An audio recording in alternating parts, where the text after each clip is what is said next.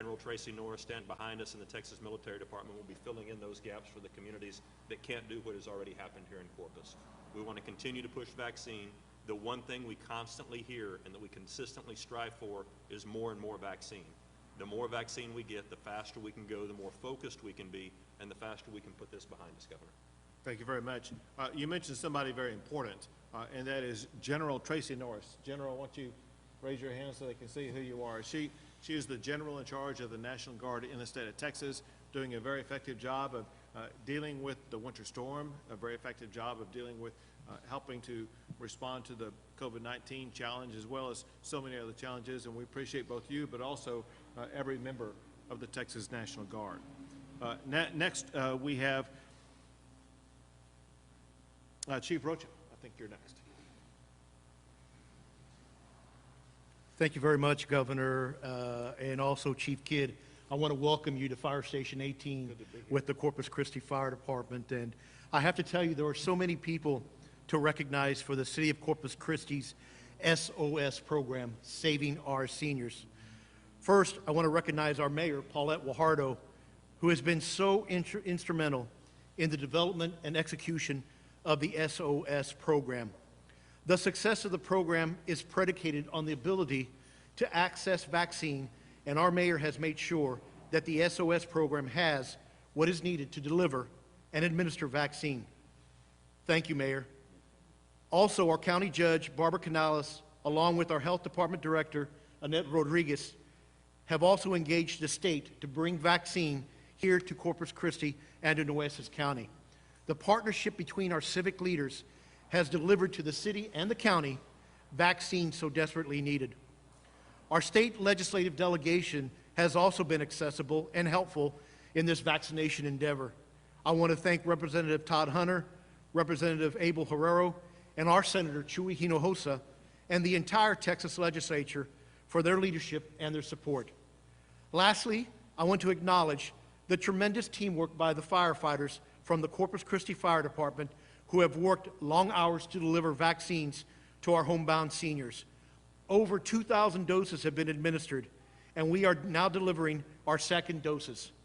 The SOS program, I am proud to say, is being replicated in cities like San Antonio, Victoria, and Robstown, delivering doses to those incapable of conventional vaccination. Many say that our children are our most valuable commodity. I believe it's our seniors, those who make up the greatest generation of our country, who deserve to have the vaccine delivered to their homes. Governor Abbott, thank you for recognizing the valiant effort by the Corpus Christi Fire Department in taking care of our seniors. Thank you. Thank you, sir. Thank you for your leadership. Thank you for the service of the people who stand behind us right now. We know the difference that they make. You know, one thing that you mentioned was teamwork, and an essential team member in this process for both Corpus Christi, but also for what the state wants to accomplish, is Meals on Wheels. And today we have with us Lisa Oliver with Meals on Wheels. Thank you, Governor. Well, as Chief Rocha stated, this is truly a community effort, and it's a team effort. Multiple city departments coming together to ensure that the most vulnerable are vaccinated in our community. As plans were being developed by local leadership, such as the mayor, council, and executive team on how to better serve the community's most vulnerable, the elderly and disabled that were homebound, the Parks and Recreation Department was contacted by the Corpus Christi Fire Department on a proposed partnership. The collaboration included working together to vaccinate the clients of the Meals on Wheels program and other seniors participating in programs offered by the City of Corpus Christi. The local Meals on Wheels program is one of 300 programs throughout the state of Texas. The City of Corpus Christi sponsors the Meals on Wheels program, which provides over 600 clients meals on a daily basis. By utilizing the Meals on Wheels program to launch the homebound senior vaccination effort, it maximized resources readily available. Staff provided client names that included meal routes, which assisted the fire department personnel to deploy their vaccination teams. In addition, staff contacted clients on the Meals on Wheels program to ask if they would receive the vaccine. And we're proud to see that this program is being replicated throughout the state. We often say the Meals on Wheels program is more than just a meal. The program delivers the support that enables seniors to remain living at home, and often with in-home support.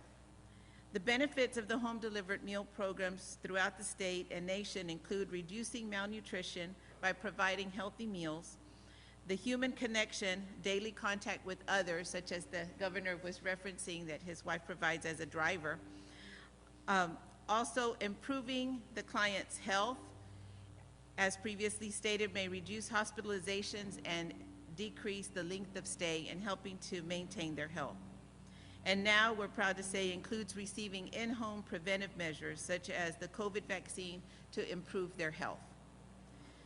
The prevention of COVID among the homebound by administering the vaccine impacts more than just the individual. It creates a ripple effect. It also benefits those that have daily personal contact with the homebound client, such as caregivers and those that provide in-home services, whether it be home health, physical therapy. Back in July, I also had a personal experience with my mother contracting COVID from her provider, from her home provider, and subsequently, I too contracted COVID. We know there are many more in our community and throughout the state that have had a similar experience, and this program will benefit all. To date, approximately 2,000 homebound vaccines have been administered through the Saving Our Seniors program. Thank you to Mayor Paulette Guajardo and the city leadership for the implementation of this program to benefit the most vulnerable in our community. Thank you, Governor. Thank you very And much. staff. And listen, thank you for the role that you play. Serving seniors, whether it be meals or serving hope, it makes a big difference. Thank you. Sure. We'll take a few questions. Governor, now that you've addressed seniors at homebound, when can all Texans expect to get a vaccination? The good news that relates to that is that the number of vaccinations being made available to Texas is increasing dramatically. This week, we're getting the largest amount of vaccines ever, and that is well over 1 million. And I've been told by the president to expect more than that in the coming days, and then that, of course, increases with the addition of Johnson & Johnson. So the way that it works from here, there is an expert vaccine evaluation panel that makes the decision about who goes next. They made their initial decision for people age 65 and older because those were the people who were most likely to either die or be hospitalized for contracting COVID. I assume they will be using the same type of analysis in their next determination, knowing that saving lives and reducing hospitalizations is the most important, but it will be up to that expert panel to make that decision. So at this point, do we know when those who are not in phase 1A or 1B? Yeah, there's a plane flying when you ask your question. If I could get you to speak up a little bit. That's a first, sorry. So then do we know when those state will open vaccine distributions to other phases than just 1A and 1B? So with the amount of the vaccines that we are getting, I would anticipate being very soon being defined as sometime in March.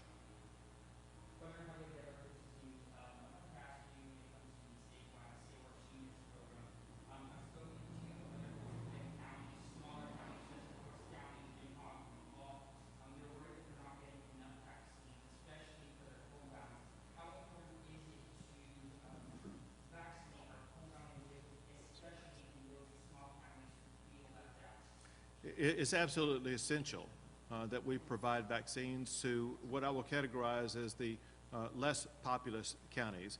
And we actually have already begun that process with the National Guard for several weeks now. The National Guard has been going typically to about 5, what I'll categorize as rural counties at a time, working to provide vaccinations throughout that entire county, and that process continues.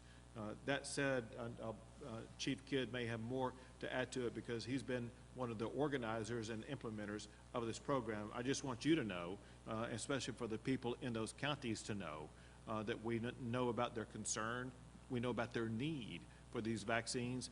This program will be one of the steps that will assist in addressing their needs. but also this oncoming increase in the number of vaccinations will help. Then finally, I will say that the use of the National Guard will assist in that process in those counties. But Chief Kidd, do you have more to add? I do. Thank you, Governor. And one of the things that I want to be clear on is we all want more vaccine. Everybody wants more vaccine. So the expert vaccine allocation panel took the population of Texas counties whose ages were 18 and older, and that is a percentage, each county is a percentage of the overall state total. Now, while we believe we're a state of about 29 million people, the truth of the matter is the 2019 census says we're at 21.5 million people age 18 and older. So every county's percentage of that 21.5 million is a factor that we look at based on the allocation of vaccine to us each week. We are staying within a 0.5% difference in the population versus vaccine allocated. So that's how we're trying to be as fair and equitable as possible for all 254 counties and 1,216 cities. On top of that, to your point with the Saving Our Seniors, as additional vaccine comes into the state, where we want to go are to those places that don't have the same access to health care, that their populations have not been vaccinated at the same rate or the same amount, and make sure that we're giving the Texas Military Department, working with our local officials, those mayors and judges of those rural areas are the ones helping us determine where to go and what groups to help vaccinate with. So this will be a collaborative effort with the local and the state resources, and we don't want to leave anybody out. We absolutely want to know the people in those rural areas to know that we're coming to help vaccinate them just as fast as we can and as much as vaccine is available. Great. Yes.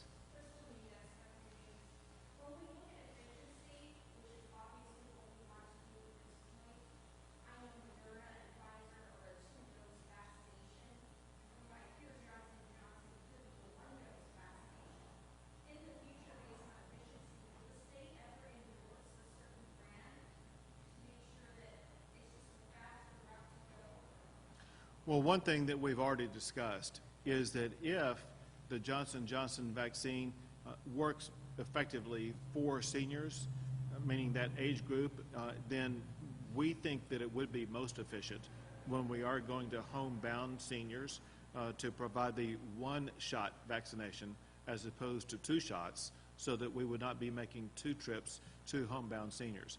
And we are still awaiting information about that from the medical community. If the medical community approves that approach, we think that the most efficient approach would be to use as much Johnson & Johnson vaccine as possible for the homebound seniors. In addition to that, however, it's my understanding that some of the Johnson & Johnson vaccines could also be used at some of these super sites or hub locations. But again, I think the most efficient use would be on the homebound seniors. Governor, Yes.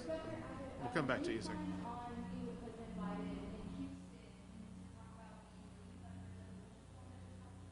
So I will be with President Biden tomorrow in Houston, and we'll talk about several things. So the first thing that we will talk about will be the winter disaster that occurred, what the needs are, and Chief Kidd and I will be there explaining what the challenges are across the entire state. We will express our gratitude for the major disaster declaration already declared, but also explain the need to expand that to additional counties. And then on top of that, we will be visiting one of the vaccine super sites they have located in Houston. And so we will also be talking about vaccines as well as the additional number of vaccines that will be coming to the state of Texas, showing that we will be able to accelerate vaccinations in Texas. Governor, We'll do a couple more here real quick. Governor, for the storms of 1989 and 2011, there were state and federal reports that came out recommending, not mandating, but recommending that our grids, our energy sources be weatherized. Where does the blame fall at this point? Because if those recommendations had actually been taken, there's quite the possibility we may not have been in the place we are today, that those who lost their lives would still be alive today, and we wouldn't still see millions of people trying to get their water back on. Sure. Why were those recommendations not taken? And I know it goes back to other Republican administrations. So easy answer, and that is, I cannot explain why back in 1989 or 99 or 2011, why it was a suggestion and not a mandate. But if you listen to what I said last night I was crystal clear. This is no longer going to be a suggestion. This is going to be a mandate. I said last night, and I will say again, this legislative session is not going to end until we both mandate and fully fund the winterization, and I will add the summerization of our grid. We never again can allow power to go out in the state of Texas. Now, it seems like the blame game is going to ERCOT. They're the ones who are being targeted as, you didn't do what you were supposed to do, Right. although we date back to those Sure. recommendations. So, and let me give you a very specific reason for that probably has come out during the course of the investigations today. It's something that I know because of what I have learned over the past few days. There are two very specific reasons why ERCOT is getting the blame on this. ERCOT is in charge of ensuring that we have power across the state of Texas. ERCOT has to make decisions based upon their interpretation of what the winter storm looks like. Step one, which was a failure on the part of ERCOT, was not taking the winter storm serious enough. They downplayed the severity of it, at the same time telling me and the public that they were fully prepared for it. Then secondly, in the early morning hours on Monday, at a time when power began to get compromised, meaning the demands on power were catching up with the available power, here's what ERCOT did. They had the opportunity to slowly begin to implement rolling blackouts. Instead, what they did, they delayed their decision-making process about rolling blackouts until they got right to a few minutes before the entire grid crashing, and they did the equivalent of slamming on brakes while driving on ice, and it led to a collision that not only shut down multiple thousands of megawatts, but in doing so, that is what led to the immediate additional shutdown of other megawatts of generation power. So it was their decision-making process before the storm hit, then their decision-making process in response to shutting down electrical generation units that led to the overall shutdown of more power generation units than ever before in Texas history. So if ERCOT We've got failed, some other people here.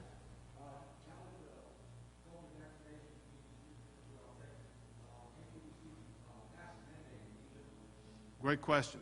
So we're working right now on evaluating when we're going to be able to remove all statewide orders. And we will be making announcements about that pretty soon. Are we in some like flight pattern here? It's like Same plane. I'm having a hard time hearing you. Because,